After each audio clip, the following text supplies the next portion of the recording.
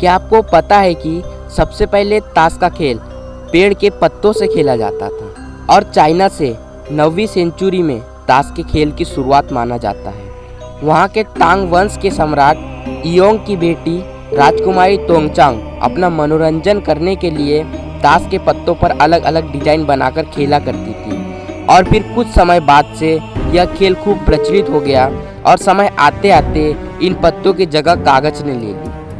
और आपको एक और रोचक तथ्य बताऊं तो ताश के पत्तों के सभी किरदार किसी न किसी महान लोगों की ओर हमें आकर्षित करते हैं, जैसे किंग ऑफ स्पेड हुकुम का राजा राजा डेविड को, king of diamonds Julius Caesar को, किंग ऑफ हार्ट्स राजा चार्ल्स को या संभवतः चार्ल्स सेवेंथ को, और किंग ऑफ क्लब राजा सिकंदर को। हुकुम का राजा डेविड इजराइल का दूसरा राजा है।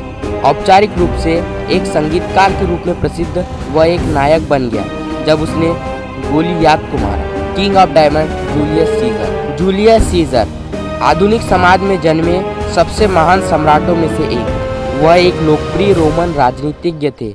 उन्होंने रोमन गणराज्य को खत्म करने के लिए और रोमन साम्राज्य को जन्म देने में बहुत महत्वपूर्ण भूमिका निभाई थी। राजाओं का राजा राजा चार्ल्स 8वीं और 9वीं शताब्दी में अधिकांश यूरोपीय महाद्वीप महान सम्राट चार्ल्स द ग्रेट के शासन के तहत एकीकृत थे।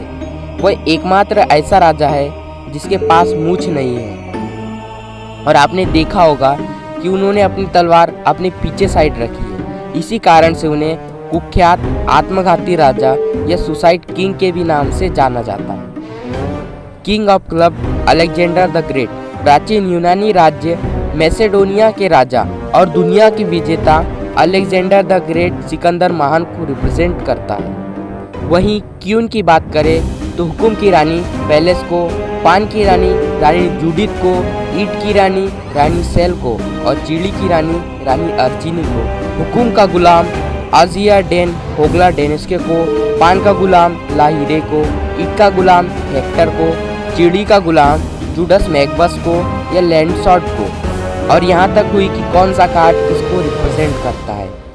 और देखा जाए तो इस खेल को बहुत इलीगल माना जाता है, परंतु हम इन्हें भारतीय इतिहास की नज़र से देखें तो इनके अलग ही मायने हैं।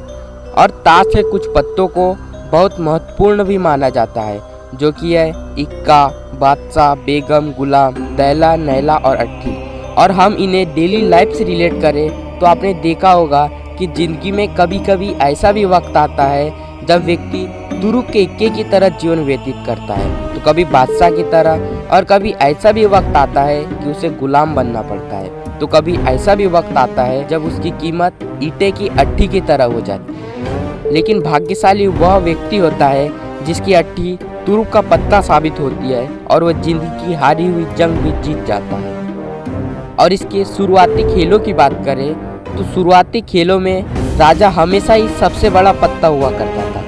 पहले इक्का सबसे छोटा पत्ता हुआ करता था, परंतु 14वीं सदी के अंत में सबसे छोटे पत्ते को विशेष महत्व देना शुरू हुआ और अब दुक्की सबसे छोटा होता है। और यह भी माना जाता है कि 18वीं सदी के अंत में फ्रांसीसी क्रांति द्वारा यह विचार तेजी से पैदा हुआ हो सकता है, जहाँ राजशाही से अधिक निम्न वर्ग की शक्ति को दिखाने के प्रतीक के रूप में एस हाई का खेल खेलना शुरू हुआ।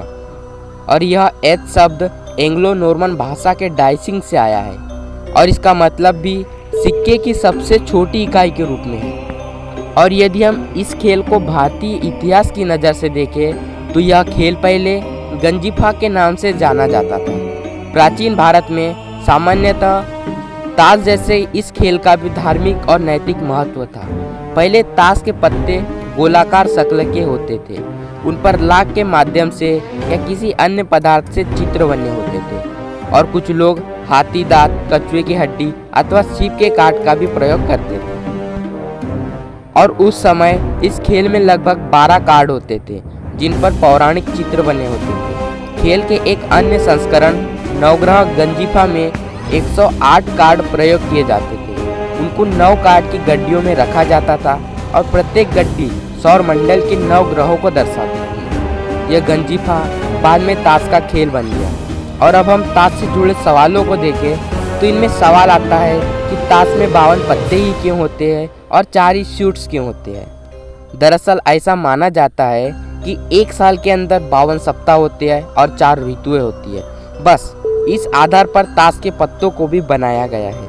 वहीं 52 सप्ताह को अगर 4 भागों में बांटा जाए तो एक भाग में 13 दिन आएंगे। साथ ही भारतीय मान्यता के अनुसार एक भाग में धर्म, दूसरे में अर्थ और तीसरे में काम और चौथे में मोक्ष भी माना जाता है। और इनको आप इस तरह से भी देख सकते हैं जैसे 3 बड़े कार्ड जैक, क्वीन और किंग, 3 ऋतु के 3 महीने, इसके बाद 4 सूट्स चिड़ी, ईंट, पान और हुकुम, 4 ऋतुएं यानी कि सर्दी, गर्मी, पतझड़ और बसंत। इसके अलावा हर एक सूट में 13 कार्ड्स होते हैं। वहीं हिंदू पंचांग के अनुसार 13वां दिन त्रयोदशी का होता है। ये दिन देवाधिदेव भगवान शिव को समर्पित होता है। इसी दिन महाशिवरात्रि भी आती है। प्रदोष का व्रत भी इसी दिन रखा जाता है। इसको आप इस तरह से भी देख सकते हैं जैसे ताश के पत्तों के 4 प्रकार होते हैं, पान, चिड़ी, ईंट और हुकुम। आखिर में एक 5वां प्रकार भी होता है जिसे जोकर कहते हैं। जिंदगी के 4 रंग, पहला बादशाह, दूसरा बेगम और तीसरा इक्का और चौथा गुलाम। ये जिंदगी के 4 रंग हैं। और आखिर में एक 5वां प्रकार भी होता है जिसे जोकर कहते हैं। और एक बहुत ही रोचक बात यह है कि यदि अगर गुलाम को 11, बेगम को 12 और बादशाह को 13 और जोकर को 1 माना जाए तो अंकित चिन्हों का योग 365 के बराबर होता है ना गजब। दोस्तों अब बात करते हैं कि ताश के पत्तों में जोकर का क्या महत्व है। यदि मैं यह सवाल आपसे करूं तो आप कहेंगे कि यदि खेलते समय कोई कार्ड गुम हो जाए या फट जाए तो जोकर का इस्तेमाल करते हैं। हाँ, यह सही भी है, पर यह पर्याप्त उत्तर नहीं है। ताश के खेल में हर पत्ते का अपना वजूद होता है, बेगम, बादशाह, गुलाम और इक्का। मगर सबसे बड़ा खतरनाक होता है जोकर, क्योंकि वो कुछ भी बन सकता है और कहीं भी फिट हो सकता है। 1 राइट मूव और खेल खत्म। और उसकी हंसी का राज भी यही है कि वह बदले की आग में किसी को भी बर्बाद कर सकता है। वह राजा को भी काट सकता है और इक्के को भी। इसलिए इस कार्ड का बहुत महत्व है और इसे यही ध्यान में रखकर जोड़ा गया। और एक मायने में देखें तो दरअसल जब हम ताश के गड्डी के हर एक पत्ते पर बने चित्र का योग करें तो हमें 364 का एक आंकड़ा मिलता है। लेकिन जब हम इन सब को एक साथ जोड़कर और जोकर के 1 के मान को जोड़ते हैं तो हमें सभी चित्रों का योग 365 के बराबर मिलता है, जो सही मायने में हमारे कैलेंडर में पूरे दिनों को मिलाकर पूरा साल बनता है।